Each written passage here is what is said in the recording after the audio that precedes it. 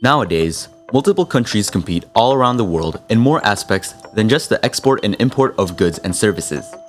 The world has never been so accessible, and thanks to this, millions of people all around the world have obtained the opportunity to visit other nations.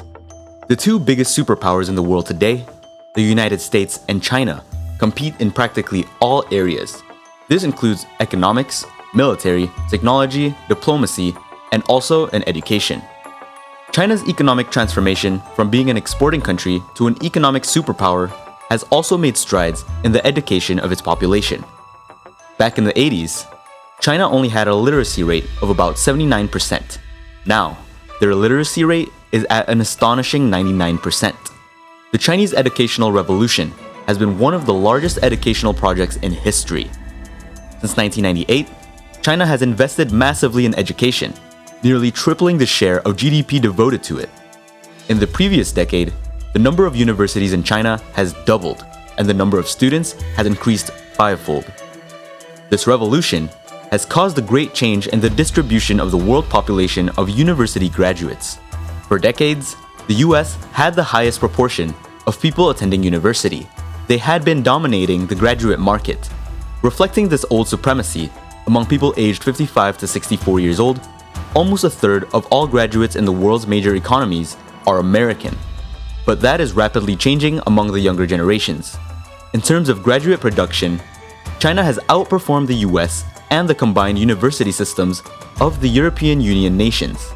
Today we will see the extent of Chinese education in the world, and we will also address the question whether the United States could eventually give up its position as the main educational power in the world.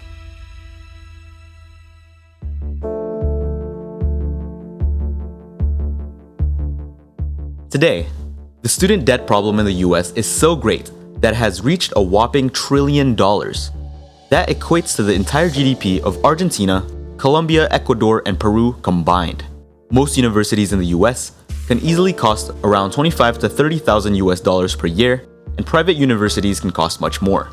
So, for most Americans, in order to pursue their careers, it's almost an obligation to take loans or use their family fortune in order to afford their education.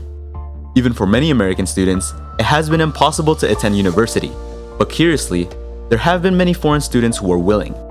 In fact, the majority of foreign students who study in the US pay much more than the average American student.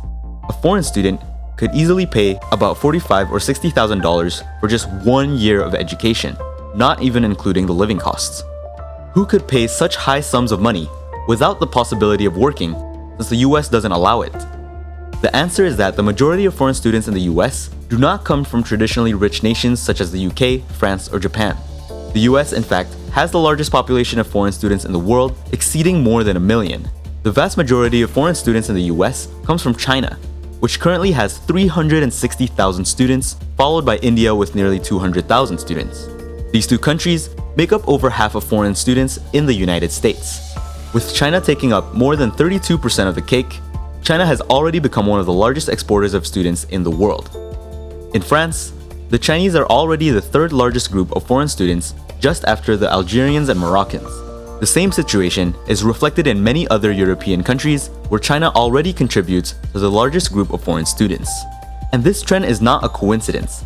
The enrichment of the Chinese population has motivated families to send their children abroad, especially recognized educational powers such as the US, France, Germany, England, and Australia. It is not surprising that the Chinese elite send their children to these countries and to their most elite universities.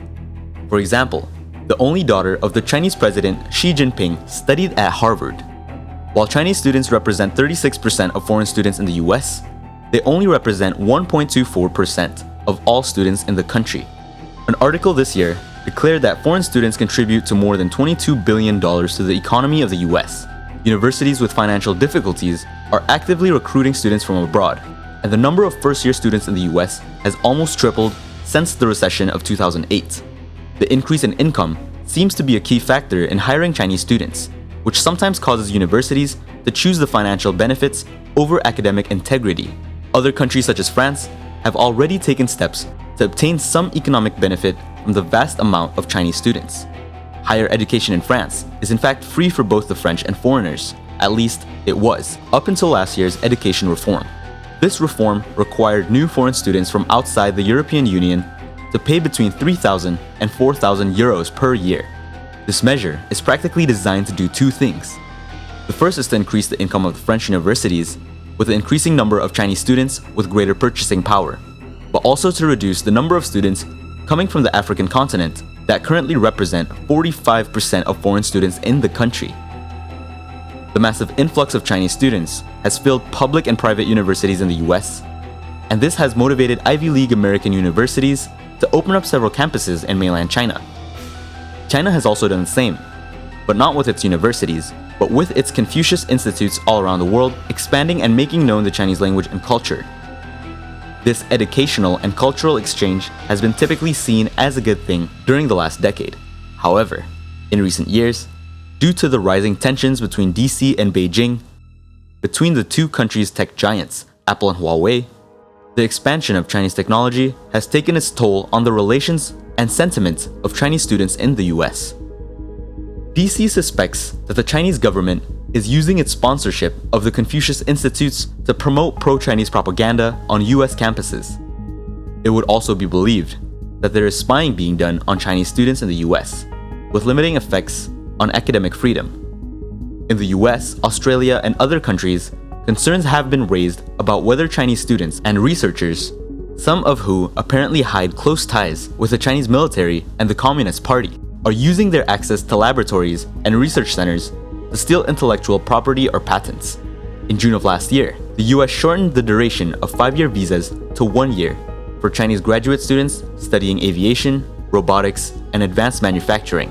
Officials in the United States said that the goal was to reduce the risk of espionage and theft of intellectual property in areas vital to national security.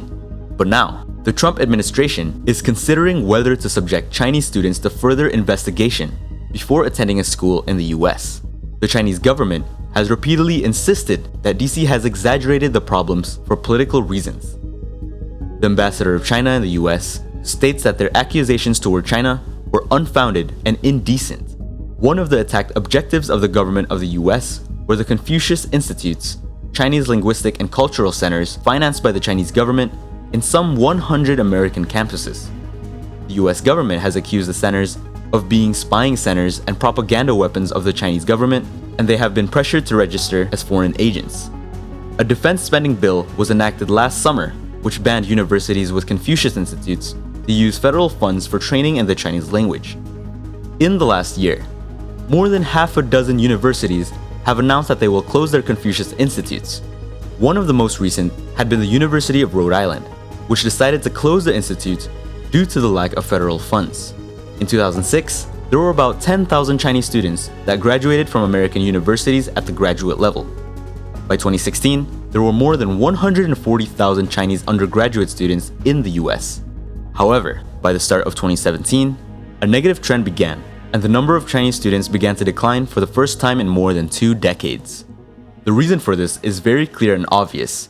The attitude of the White House and the anti-Chinese rhetoric has caused many Chinese to return to their country after their studies, or in some cases, they have even interrupted their studies.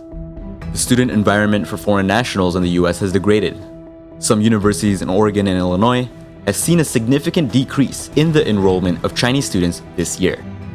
The wealthy Chinese families look to the US as a place where an academic degree guarantees a good working future, either in the US or China. However, more and more Chinese students are beginning to stay in the States after their studies.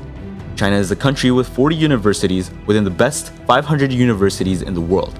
Thus, China has already exceeded France last year, which has only about 35 universities within the top 100.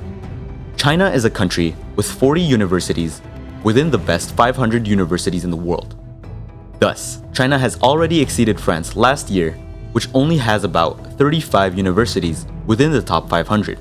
The only countries that are currently above China is the US, the UK, and Germany. In fact, it could even be said that China would have an academic level higher than that of the US. This is verified last year by the PISA report, which are a result of academic tests based on the students' mathematical, reading, and analysis skills. The latest PISA report was made in 2015, and the new report will be revealed by the end of this year. But for the moment, using the last report, we can see that China is in 10th place in terms of the maximum score, above countries such as Germany, the Netherlands, or even Australia. The territory of Hong Kong is not yet fully incorporated into China, and it is the country with the second highest score in the report, only surpassed by Singapore. Neither the US, nor the UK, nor France, or even Sweden obtained a score higher than 500, which would place them within the yellow range of countries that can be observed. Education has become something so primordial in China that, for example, the entrance exam to enter a university is so difficult that adolescents prepare almost their entire life for the exam, especially from the age of 13. The exam lasts 2 full days for more than 12 consecutive hours. This is the exam that will define the university and faculty in which students will go to and in the end, mark their future. In 2014, 75% of Chinese students passed, but only 3% went to the best universities in the country. And this exam is so serious that if you are caught cheating, you'll be sent to prison for 7 years. In 2014, it was estimated that 90% of adolescent suicide had to do with the anxiety generated by this test, known to be the most difficult in the world. For the most brilliant in the country, China gives the opportunity to go abroad and study either in a graduate or doctorate program, especially in the natural sciences. One of the conditions, however, is that they are required to return to the country and apply what has been learned in order to avoid brain drain. ASPI, the intelligence unit for The Economist, predicts that China will have the largest amount of graduates in the areas of science, technology, engineering, and mathematics by 2030, surpassing the United States for the first time ever. Meanwhile, China continues to send more students abroad than any other country in the world. According to UNESCO, there are as many as 1 million Chinese students studying outside of the country, despite recent claims that recent graduates are having trouble reintegrating back into the country after their studies. This number is still continuing to grow every year. For many in China, having Western education and professional experience is a good addition to their CV to avoid unemployment. But what is clear is that China is taking more and more prominence from the US in the area of education. It has already surpassed the US in terms of academic performance, as the PISA report shows. It has also overtaken France as the 4th country in the world with the best universities. And soon, it is expected that they will overtake Germany as well. The rivalry between the two greatest superpowers in the world span not only in politics, economics, but also in education as well. And in the coming years, we will see how far China can overtake the US in this aspect, and if they will overtake the US in other aspects as well, in their attempt to be the superpower of the world. So what do you think about the educational system that China is implementing? Do you think that the US suspicions are correct, that China is using its graduates to spy on American technology? Leave your comments below. I hope you like this video, and don't forget to like and subscribe for more content like this every single week. See you next time.